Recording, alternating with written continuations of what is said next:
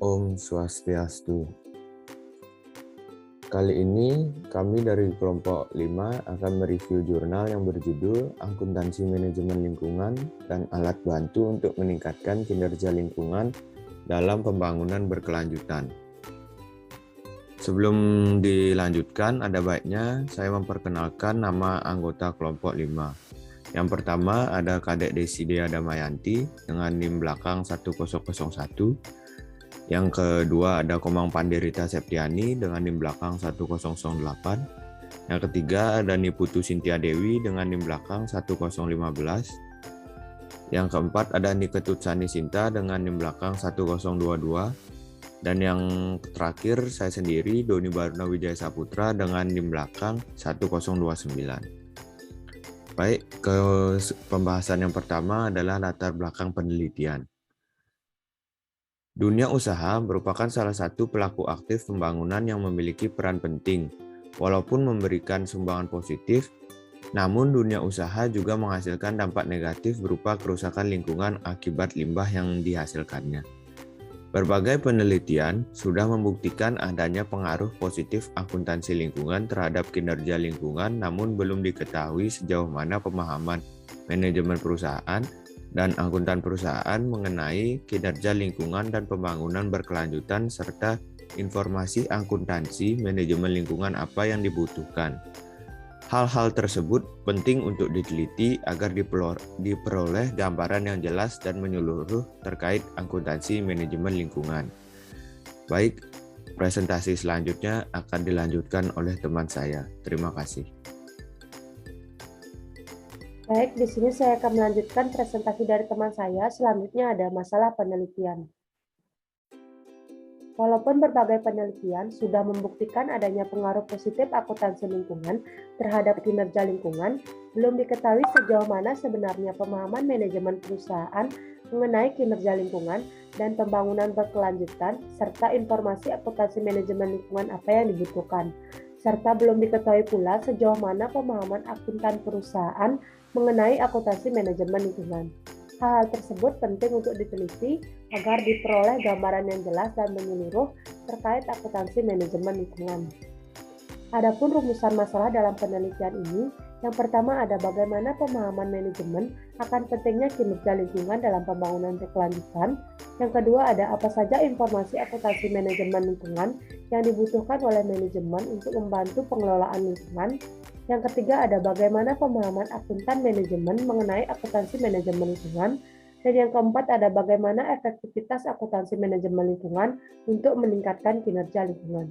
Baik, sekian presentasi dari saya. Untuk presentasi selanjutnya akan dipaparkan oleh teman saya. Terima kasih. Baik, selanjutnya adalah metode penelitian. Jadi, pada bagian metode penelitian tersebut menggunakan dua pendekatan, yaitu yang pertama pendekatan deskriptif dan yang kedua adalah pendekatan verifikatif. Yang pertama, pendekatan deskriptif ini digunakan untuk mendeskripsikan pemahaman manajemen dan akuntan manajemen dan informasi yang dibutuhkan dalam kerangka pengelolaan lingkungan dan akuntansi manajemen lingkungan.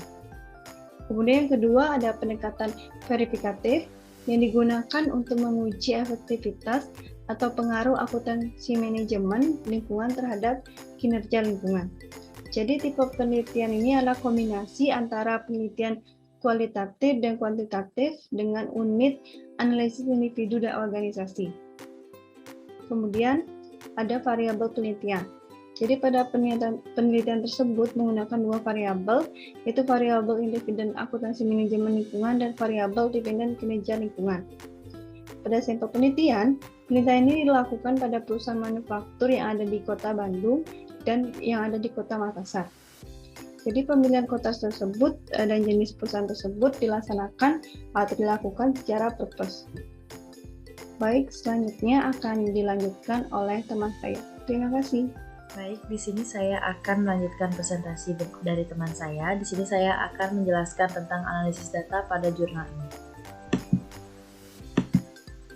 Analisis data pada jurnal ini yaitu teknik pengumpulan data, yaitu didapatkan dari data primer yang dikumpulkan melalui kuesioner yang disebarkan kepada 2 responden pada masing-masing perusahaan yaitu manajer. Dari 126 kuesioner yang disebar ke 63 perusahaan, sebanyak 44,4% atau 56 kuesioner atau 28 perusahaan yang dikembalikan. Pada pengujian data terdiri dari atas uji validitas dan uji reliabilitas. Uji validitas menggunakan teknik korelasi Range-Spearman, sedangkan uji reliabilitas menggunakan koefisien Crobat-Alpha. Pada metode analisis data, data penelitian dianalisis dengan menggunakan metode analisis deskriptif, kualitatif, dan kuantitatif. Untuk mengukur efektivitas atau pengaruh akuntansi manajemen lingkungan terhadap kinerja lingkungan, digunakan metode analisis regresi sederhana dengan persamaan regresi yaitu KL sama dengan alfa ditambah beta AML ditambah epsilon, yaitu di mana KL merupakan kinerja lingkungan, AML merupakan akuntansi manajemen lingkungan, alfa merupakan konstanta, beta merupakan koefisien variabel AML, dan epsilon merupakan error term. Baik, sekian dari penjelasan saya. Presentasi selanjutnya akan dijelaskan oleh teman saya. Terima kasih. Baik, di sini saya akan melanjutkan presentasi dari teman saya. Yang kelima, hasil penelitian. Hasil penelitian yang pertama yaitu manajemen cukup memahami pentingnya kinerja lingkungan dalam pembangunan berkelanjutan. Yang kedua, informasi akuntansi manajemen lingkungan yang paling dibutuhkan oleh manajemen adalah informasi jumlah energi yang dikonsumsi, jumlah limbah yang dibuang, dihasilkan dan diolah, biaya mengevaluasi dan memilih peralatan pengolah limbah, biaya pengembangan sistem, serta biaya audit regulasi dan limbah. Yang ketiga, akuntan manajemen cukup paham mengenai akuntansi manajemen lingkungan. Yang keempat, akuntansi manajemen lingkungan efektif untuk meningkatkan kinerja lingkungan. Yang keenam, ada telaah atau hasil review. Adapun kelebihan dari jurnal ini, yang pertama, bahasa yang digunakan dalam jurnal ini sederhana sehingga mudah dimengerti oleh pembaca. Yang kedua, abstrak dalam penelitian ini sudah lengkap dan jelas di mana sudah menggunakan 2 bahasa, yaitu bahasa Inggris dan bahasa Indonesia yang dapat memudahkan pembaca untuk mengetahui isi dari jurnal tersebut, serta isinya sudah mencakup latar belakang, tujuan penelitian, metode penelitian yang digunakan, dan hasil penelitian. Yang ketiga, identitas jurnal sudah lengkap yang disertai dengan dicantumkannya ISSN. Dan keempat, di dalam jurnal ini terdapat daftar pustaka yang dapat digunakan sebagai referensi sehingga jurnal ini lebih akurat. Adapun kekurangan dalam jurnal yaitu dikatakan pengujian data terdiri atas uji validitas dan uji reliabilitas. Uji validitas menggunakan teknik korelasi Range-Spearman, sedangkan uji reliabilitas menggunakan koefisien Cronbach-Alpha. Tapi di dalam jurnal tidak dijelaskan secara pasti mengenai teknik korelasi Range-Spearman dan koefisien Cronbach-Alpha yang digunakan, sehingga bagi pembaca seperti masyarakat umum atau mahasiswa jadi kurang paham bagaimana penggunaan teknik tersebut. Sekian presentasi dari kelompok kami tutup dengan Parama Santi. Om Santi Santi Santi Om.